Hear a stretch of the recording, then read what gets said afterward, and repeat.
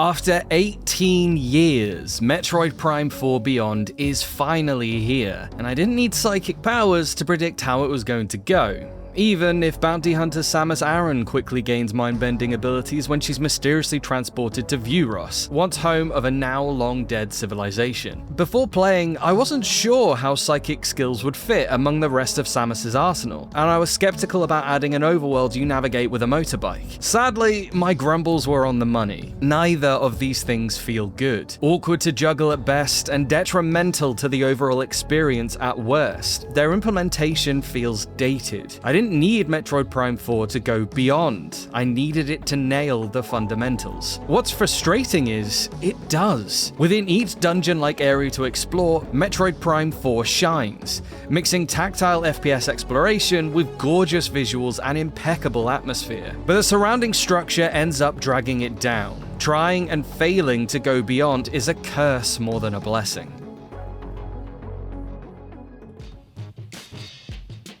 Called in to assist the Galactic Federation in protecting a mysterious artifact, a large battle ensues as Sylux, a rival bounty hunter with a burning and, not really elaborated on, hatred for Samus, attacks. Flanked by titular Metroid creatures that confuse with enemies to power them up, the artifact activates as the skirmish escalates, and Samus is mysteriously transported to Vuros, her power suit's abilities diminishing in the process. On Vuros, Samus is greeted by ancient Lemorne structures and scriptures that designate her as a prophesized chosen one, who will carry on their civilization's desire to be remembered long after a tragedy wiped them out. To do so, she's gifted a stone that grants her psychic powers, and told to track down 5 keys to activate a special teleporter to return home. Metroid Prime 4 is light when it comes to linear storytelling, and isn't great when it attempts it. I'm still not sure why Sylux, a character from Nintendo DS's Metroid Prime Hunters, with brief cameos elsewhere, is elevated here. He's such a non-presence that it's almost comical whenever the plot considers him to be some kind of ultimate nemesis. She's too stoic to say it, but I almost like to imagine Samus likewise has pretty much no idea who this guy is. Almost like M. Bison in 1994's Street Fighter movie. For you, the day you met Samus Aran was the most important of your life.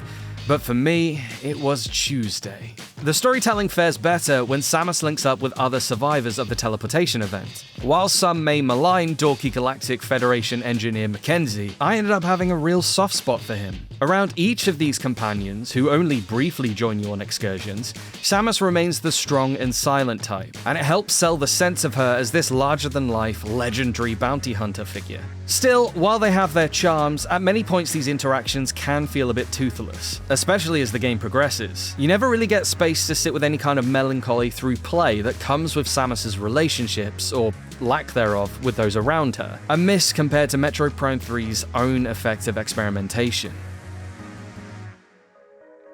But linear storytelling isn't what you come to Metroid for. This is a series about exploration, piecing together small details from environmental design and patchy data logs about the ruins around you. Metroid Prime 4 has excellent level design, from how gorgeous each area looks on Nintendo Switch 2 to the way you simply navigate spaces. There's a real intentionality to how each environment is designed that invites you to become similarly engaged. Rarely do I enter a new space without popping Samus's scan visor active. Analyzing objects, creatures, and more can provide clues to progression and puzzles, but just as much allows you to piece together the story of the environment you're exploring. I'm not sure any other FPS is as good as making you really care about each space you navigate through. Metroid Prime 4 is excellent at giving these zones a sense of progression as you poke around in search of ways to get your hands on teleporter keys. As you descend deeper into an abandoned factory, more systems begin to power up, machinery activating and beginning to make progression more difficult because of it, as an industrial and electronic score begins to build and build.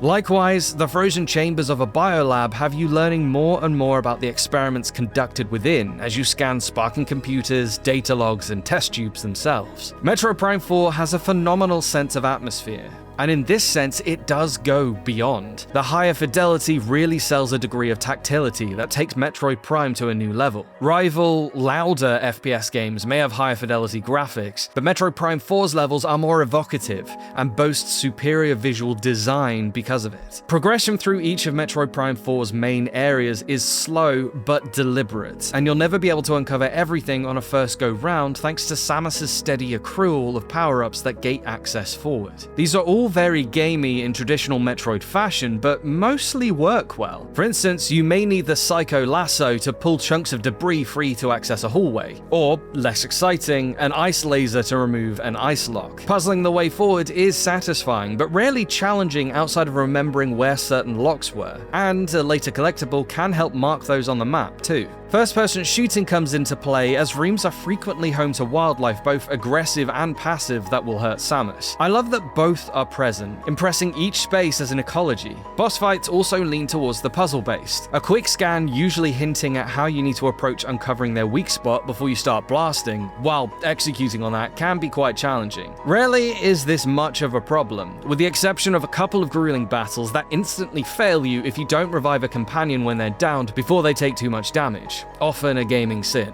Unfortunately, for all the gushing I've done about level design and the exploration loop, there's a lot about Metroid Prime 4 Beyond that's just a pain to deal with. Psychic powers, for example, just feel clunky. Don't expect to be weaving in any skills like control. Combat use is very limited. You can fire the control beam, a maneuverable purple blast that's the best of the bunch, to slow time and hit up to 3 targets in a row, required for some enemies and puzzles. But it's a chore, requiring you to switch visor view, then charge all the way up before releasing, then having to switch visor view again to continue shooting as normal. These are better off in low-pressure puzzles, but the control beam basically amounts to the beetle item from The Legend of Zelda Skyward Sword, which has more interesting puzzles for the same concept.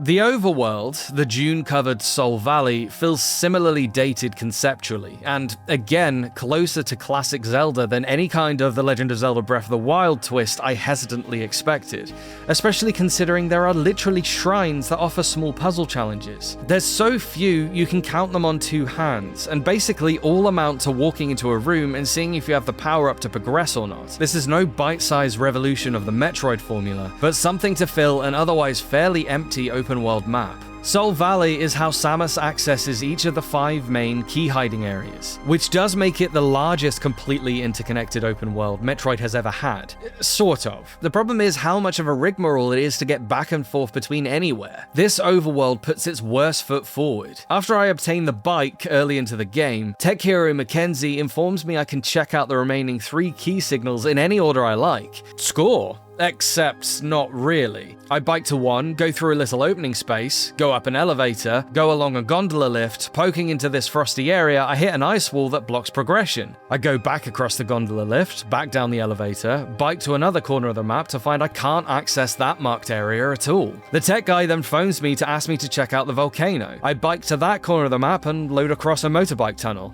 I can't access this facility either, but I do get a fire chip that means I can use Fire Blast. Time to break the ice wall, right?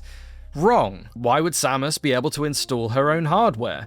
Now I have to bike to the other end of the overworld, go through a shrine-like entrance to the forest area, use a cargo cannon to slowly blast the other side of the forest so that Mackenzie can finally allow Samus to shoot fire blasts. Then, of course, back across the cargo cannon load screen, sprint through the shrine entrance, bike across back to then sprint through the entrance to the ice level elevator, actually go up the elevator, then across the gondola, and then finally I can access the next dungeon-like area. This is the most egregious moment in the game, but it's literally my first experience of navigating the overworld, and you have to slog back to base camp to install upgrades a fair few times later. Progression gating and poking around new areas after you unlock new abilities is a core part of the Metroid experience, and it can really build a sense of mastery over a space and that you're becoming steadily more powerful and well-equipped, but all this overworld does is add a needless amount of slogging through load screens and dull spaces.